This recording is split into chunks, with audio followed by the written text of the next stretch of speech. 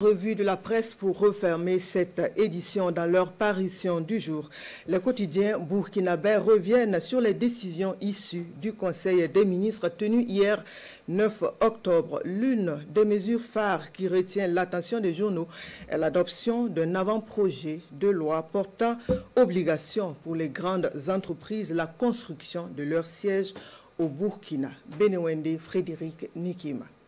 Injonction aux grandes entreprises d'ériger un siège au Burkina Faso, une décision du Conseil des ministres largement relayée par les quotidiens burkinabés dans leur parution du jour.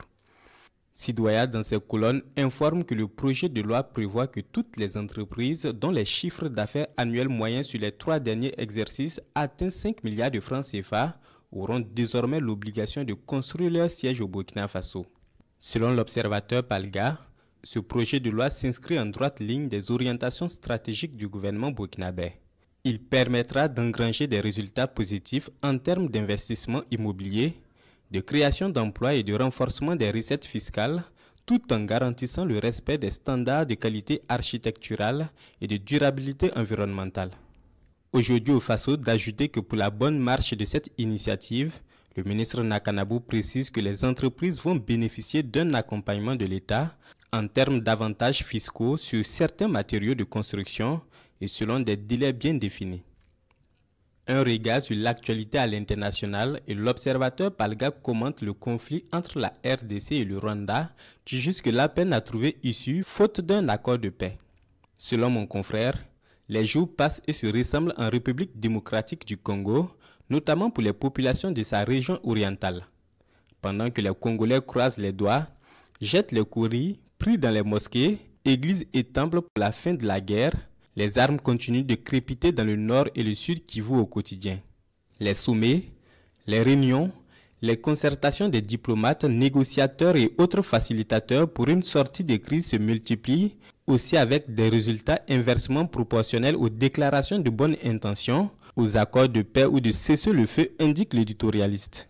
On comprend alors les dernières déclarations du président Félix Tshisekedi dans son allocution prononcée à l'occasion du Forum des investisseurs en Afrique organisé à Bruxelles. Il n'est pas trop tard pour bien faire. Et c'est pour cela que je prends à témoin ce forum et à travers lui le monde entier pour vous tendre la main, Monsieur le Président, pour que nous fassions la paix des braves. Cela demande que vous donniez l'ordre aux troupes du M23 qui sont soutenues par votre pays d'arrêter cette escalade qui a fait suffisamment de morts comme cela.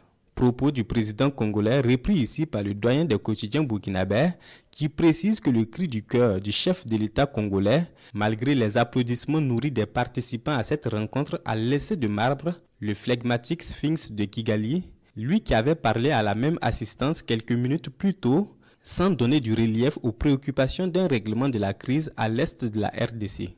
Mais Kigali accuse la RDC de manquer de volonté politique d'aller à un règlement définitif du conflit, car le président Tshisekedi aurait ordonné à ses négociateurs attitrés au premier round des négociations avec les rebelles de l'AFD M23 à Doha de ne pas signer l'accord de paix global obtenu en fin mai 2025, alors qu'un consensus avait été obtenu sur 98% des points discutés.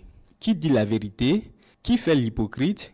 Allez-y savoir quand cette politique intervient alors que la condamnation à mort de l'ancien président Joseph Kabila divise les Congolais et qu'un 6e round de négociations entre la RDC et l'AFD M23 est prévu pour s'ouvrir la semaine prochaine à Doha.